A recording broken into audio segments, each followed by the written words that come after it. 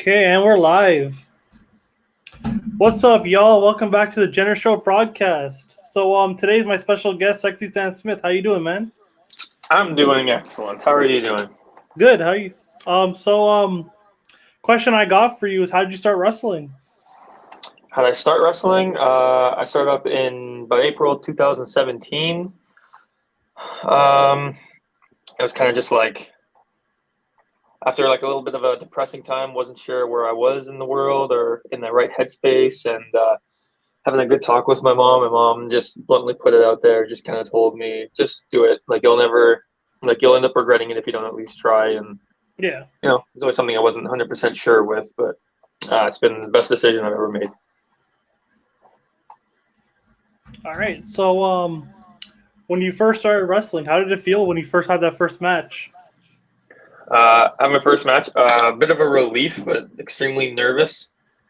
Mostly because I didn't think it was very good, but I'm always like a tough critique on myself. So Yeah. after it was all done, though, I was so proud of what we did for it being my first match, and then knowing it wasn't the worst match on that show. So that was a good feeling too. I guess it's just like kind of when you know you're not the worst match, you just feel better about it being your first match because you just feel like you made it in a way.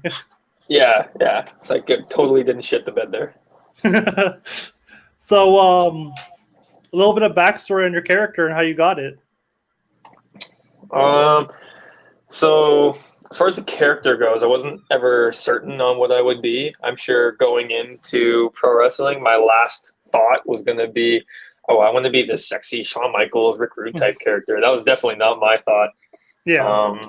But then again, I had no thoughts of what I wanted to be or who I was. Mm-hmm. So it's only like a few weeks into my training, maybe a month, and one of our other trainers, Toy Yuki Ishikawa, told Anthony we had a show coming up and we're short guys. And Toy told Anthony that I'm good to go, I'm ready to go, and I'm only 3-4 weeks in. Like I have no freaking clue what I'm doing right now. But he told me I was good, and we kind of just figured it out from there. As far as my name goes, it was kind of just figuring out what we wanted to do or what would have sounded good, because I wanted to at least make sure I had the last name Smith. That's what I wanted to at least make sure of. Mm-hmm. So Anthony had the idea, is like, I'll make you Triple S. It's almost like Triple X. You get it? Because you'd be sexy. You'll be like the sexy guy. Yeah, let's do that. And so the original thought was I was going to be Sam Smith, but we had another wrestler, Sam Osborne, in the class at the time, and having a second Sam wasn't really a good idea. So we ended up going on with Stan. Also, having an aunt in the family named Sam was a little bit something I didn't want to do. I didn't want to come out to the ring using my aunt's name. So yeah. All right, so we got a chat saying from Tino's saying "Sexy Stan is the man." How do you feel about that? Oh, he's a great dude. He always willing to put me over. He's a good dude. We driven down to the States before for a show, and that guy's a trooper. That guy drove pretty much the whole way. We're talking like a 25-hour trip, and he drove like almost the entire way. That guy's he's a monster. He didn't even work that night. What the hell? Yeah. Sounds like he's like really strong and he knows what he's doing, So when you went with the sexy gimmick, what did you feel? Do you feel like it's kind of like completely opposite of you, or is it kind of like your character in real life? I'd say I'm more of like, I don't know, I like to joke around. I don't really take myself too seriously unless it's like I'll jokingly say it.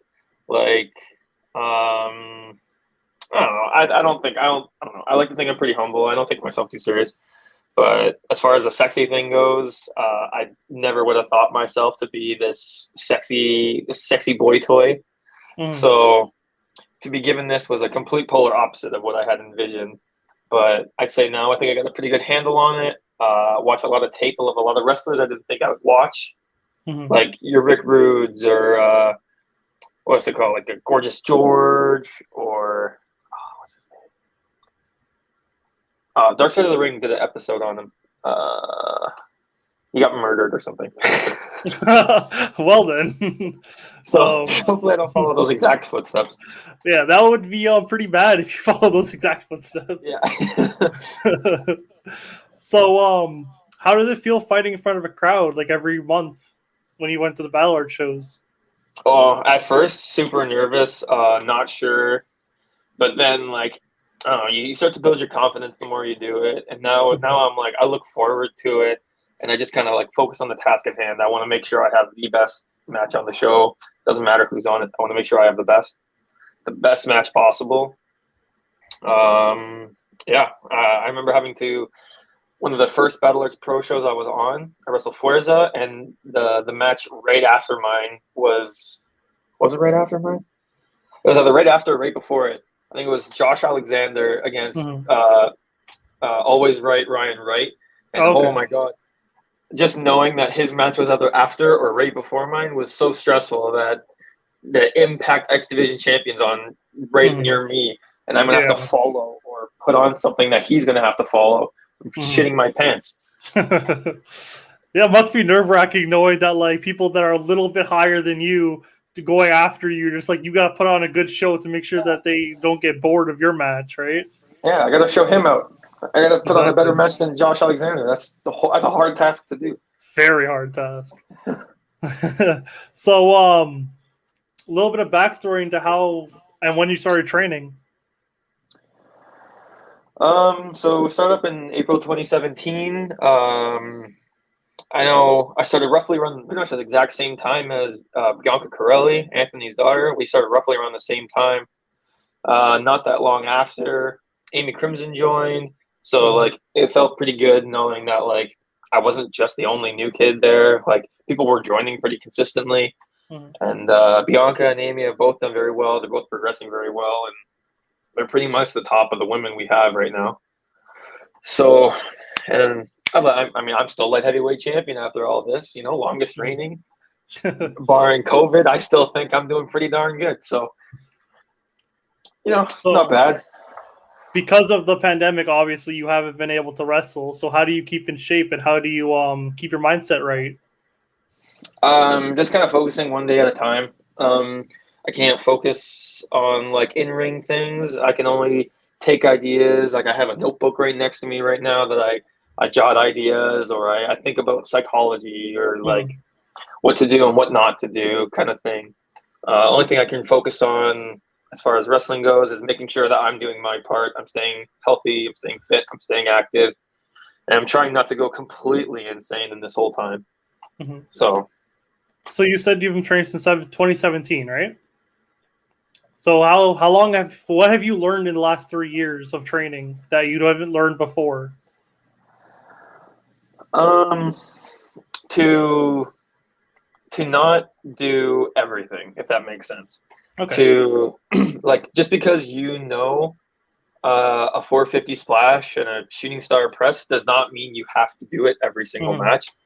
That is a trope I'm learning that I notice even the pros, they do it all the time too. You know, if you're watching a Seth Rollins match, 2.5 minutes in, he's going to do a dive to the outside. Yeah.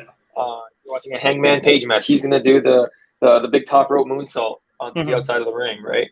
You know it's going to happen every match. So learn to keep things special, bring things up for a special occasion, and then make the audience go, whoa, where did that come from? Like out of nowhere, basically. Yeah, like have your signature stuff, but then really keep some secret weapons in your back pocket that you hook them, you know?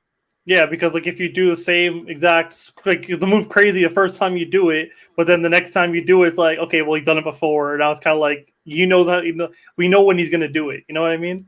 Yeah, eventually every match becomes the same pattern. Yeah. Like Young Bucks. Okay, so what do you think about the current situation of Battle Arts? I think we kind of are usually in like our own little bubble. Up until recently, most of us didn't really branch out. A lot of us actually haven't wrestled outside of Battle Arts. We've got a class of, I don't know, nearly 50 people. And I can confidently say less than half, maybe a third, have never wrestled outside of battle arts. Mm-hmm. So I think generally most we have like this kind of stigma around us that we're kind of like blue blood, silver spoon fed, like Richie kid kind of know-it-alls, that we have the money for these classes and like the experience that we get. But at the end of the day, kind of your desire gets you there. Just because you have a great trainer gets you so far, you have to put in that work too. Yeah. Because there's some really great wrestlers that have not trained with us in battle arts, like a Mark Wheeler or Holden Albright or Clay Wilson's with Hamilton Wrestling. He's been stopping by, and like I think he's great too. So yeah, I think people in our class just need to be more aware of what's out there, because there's a lot of great wrestlers out there. Yeah. So, you have branched out to more than one promotion other than battle arts. So name all the promotions that you've wrestled for. That you can remember, obviously. Yeah.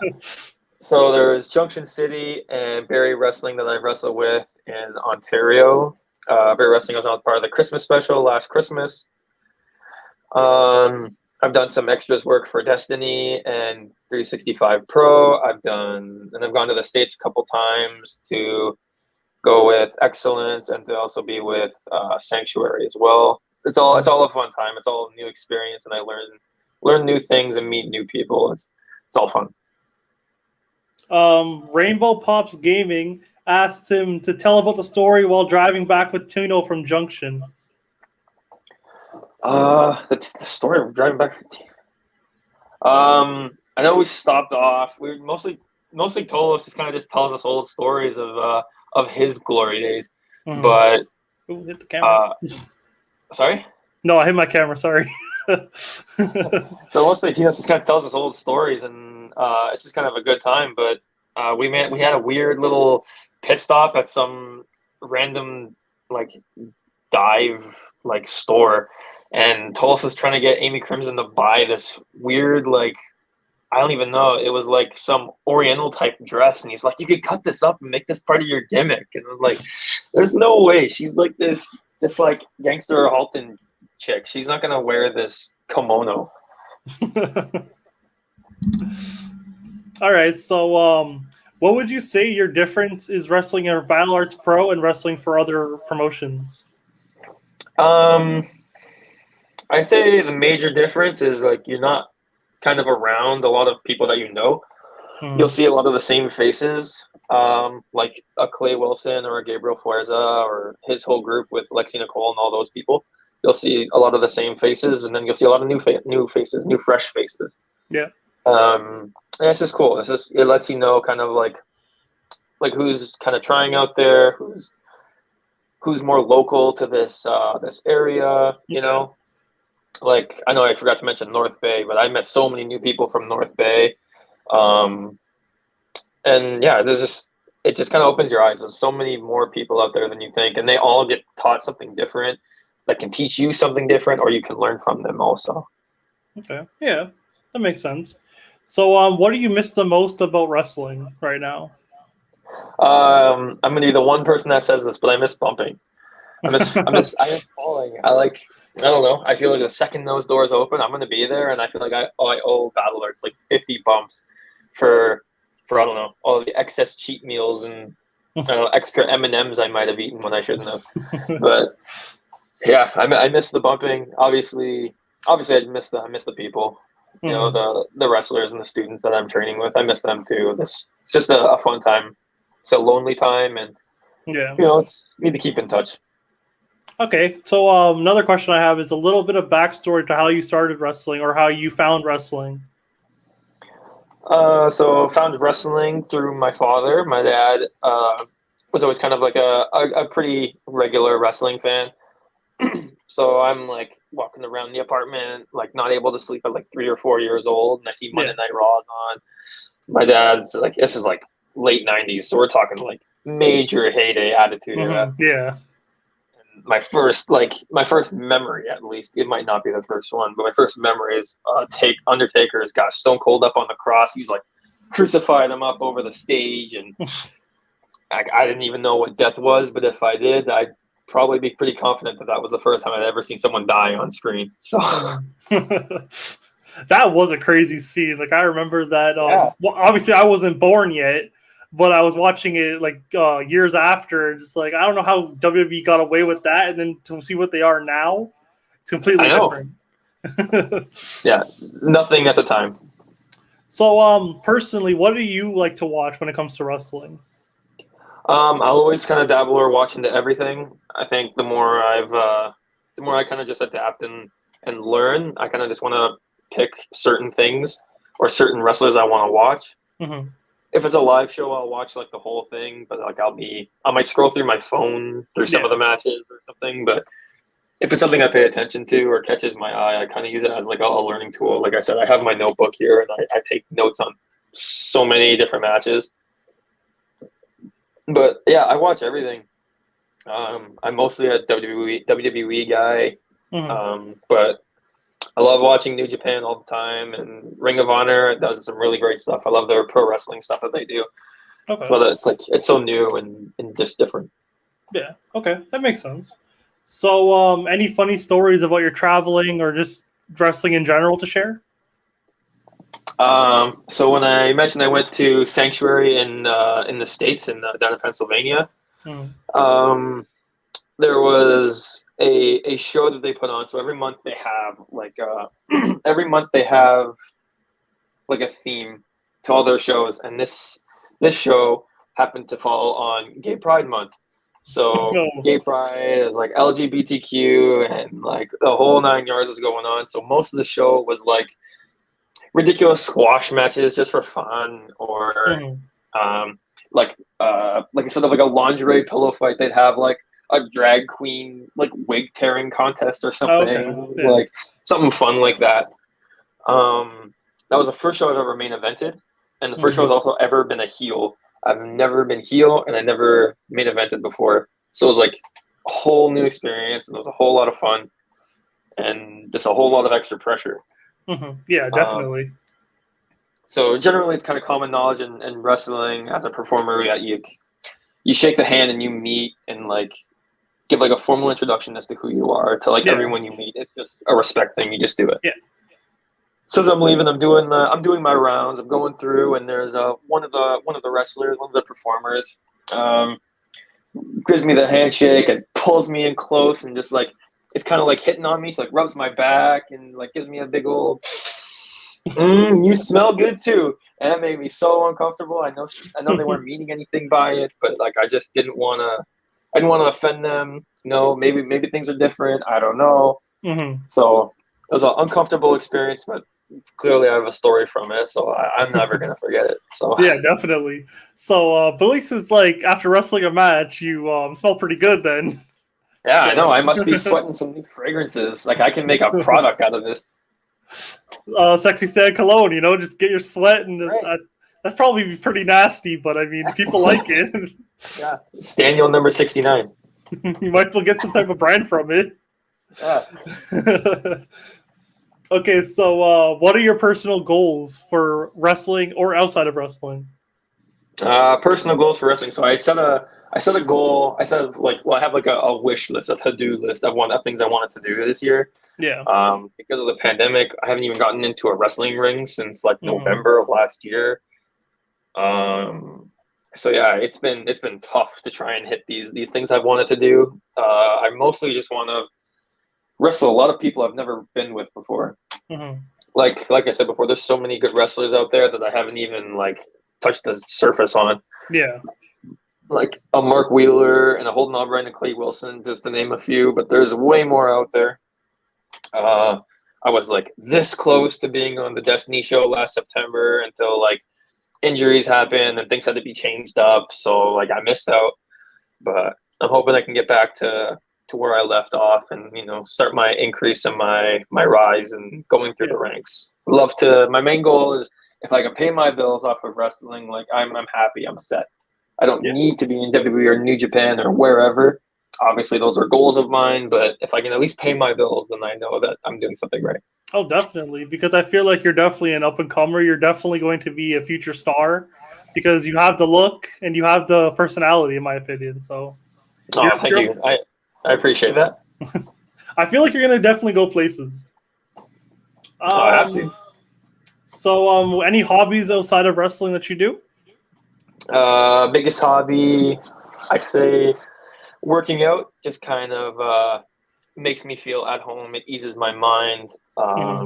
Just like it's like a mental thing. Everyone has their own thing that makes them feel good about themselves, and working out and improving myself, whether it's physically or mentally, is like the main thing, the main goal of mine. Yeah. So I have like a few things at home. It's not much. I hate doing bodyweight exercises because I'm not pushing some weight around, but Yeah. I got to do what I got to do. I can't get into a gym right now, so Yeah, exactly. and then when I have time, like I work full time, but when I have the time, I'll game eventually. Like I got the new Pokemon Snap, and I'm playing Apex, so whenever I can squeeze in some photos of a Pikachu, I'll do it. I wish I can get that game.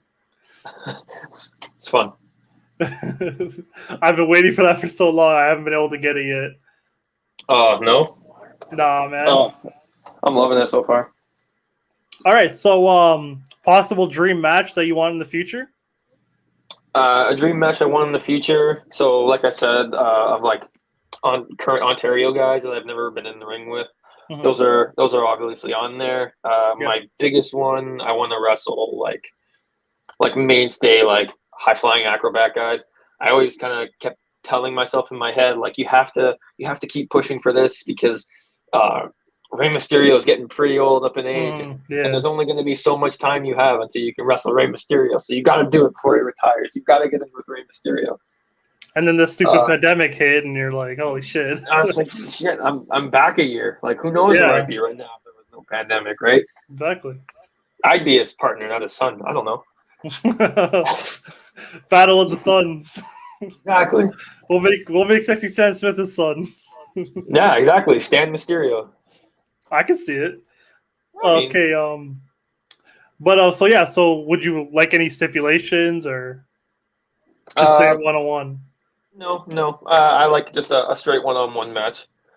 You don't need to overcomplicate things for something that doesn't need it. I always liked just a straight one-on-one match. It's always more fun, just right to the point. You have two guys in the ring, and you want to see who the better guy is.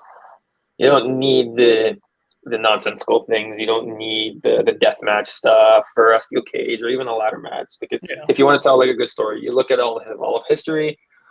Most of the best matches are straight one-on-one matches, from Savage and Steamboat to what is it? Like Shawn and Taker, to Punk and Cena, to Shawn and Flair. Shawn and Flair, Walter and Ciampa that just happened. Like, Walter's great. He's so good. Walter's amazing. He's so good at pretty much any of his matches. He does none of the high flying stuff, but he doesn't need to. Yeah, I know. That's just the thing. It's just like he can put on a good match with anyone. Exactly. So yeah, just straight one-on-one matches. For after you beat his son. Yeah, after. I'll take on Dominic. No problem. Is this a shout out right now? Is this like a challenge? I'll fight Dominic. I can take him. All right. You heard it first. Sexy Stan Smith versus Dominic Mysterio. Triple S versus Dominic Mysterio. Let's book this. I'll do it. All right. So when you won your championship, how did it feel? It felt pretty good. I think most important of all of it was the recognition of like my hard work was kind of starting to pay off, and I was getting the trust of like not just my peers to lead this division, the light heavyweight division, but more importantly the trust of my coach. The trust of Anthony was more important than anything, to be able to have faith in me that there's at least something he sees in me that he can trust, that I'll be like the face of his light heavyweight division. And I still am, at least for the time being. You know, I'm the only champion of our first show back who kept his championship. Everyone else was a new champion. I'm just saying. Yeah. I'm the only guy who kept it and retained. I'm just saying. They're just saying. I'm just putting it out there. Like, is that good? I don't know if that's good. It's not a big deal. So, how do you feel like that match went? Do you feel like it went good, or could it have been better? I feel like it went very well. I think obviously no match is perfect, so there's always room for improvement on anything. Yeah. Every time I watch it back, I I end up nitpicking certain things, like Mhm. you got up too soon, or Yeah. you stumbled and hesitated. You suck. But like in the moment, like I know I had some family and I had some friends in the audience, and they were proud of me and they're happy with how it went. So I guess that's the main thing of what matters. Yeah. But yeah, but Gabriel Forza is insane. He's so good. He's so creative, and really helped me out a lot. And for someone who doesn't have very many moves, I know how to do them. I don't know what his mind yet, you know. But he helped me out so much. So So if you were saying from your first match to your last match that you've had at the last recent show, what would you say you've learned? see, like I was saying, when I critique myself, I watch over my old stuff. Like most of the things I usually tell myself is, "Oh my god, that was too fast." Yeah. Like you just go from move from spot to spot or move to move. Like you don't let anything register. Mm-hmm. So that's probably the main thing that I've learned is to just be calm and not overthink things. You know, obviously you want to hit like the time that you're given, but like if you don't have time for all the things you want to do, then you know what? It's not a big deal. You can save it for another show, another match. Yeah. So just to be calm, breathe, let things register, and like tell your story. Like tell what you want to tell the audience first. Don't just be like, oh well, I have to reverse run a Canadian destroyer into a 450 centon. I don't know. It's not necessary. You don't need to do it. Yeah. Just because you want to get the move in doesn't mean you have to get the move in. If the spot doesn't call for it, you don't need to do it. And that's the main thing. All right. So the last thing I want to ask you is, when you did win the championship, how were the crowd reacting towards you? If you remember. From what I remember, they were quite happy. I think for the most part, it felt a little flat. Mm-hmm. Just because I hadn't established what like my finish was, and it was kind of like the first time I busted it out. So when I did it, like the audience wasn't sure, like, is it over? I'm not sure. And it just I think we built to it fine, but I just think because it was an odd move that maybe it wasn't a definitive 1, 2, 3. It was like a 1, 2, 3. Oh, he won! Whoa! Yeah. I didn't get the big kind of reaction, but because you're really good with the fans. Like I know you're really, really good with the fans, but it's just I feel like because it came out of nowhere, kind of. It's like it was more. Yeah. I didn't get the reaction that long though, because Chris Edwards. I don't know if you were there. Chris Edwards was there, and he kind of awarded me the belt and then turned his back on me. You know, the scumbag he was. But I don't remember. I think I remember that. I don't remember if I was there for that match, but I think I might be. I might have been. Oh, well, if you don't remember it that much, then it clearly wasn't that good. So, yeah, that's pretty much it for the podcast. Do you have anything you want to share, or do you want to have any things you want to plug? Man, I'm not doing a whole lot because of the pandemic, but I'll gladly self-indulge and promote myself selfishly.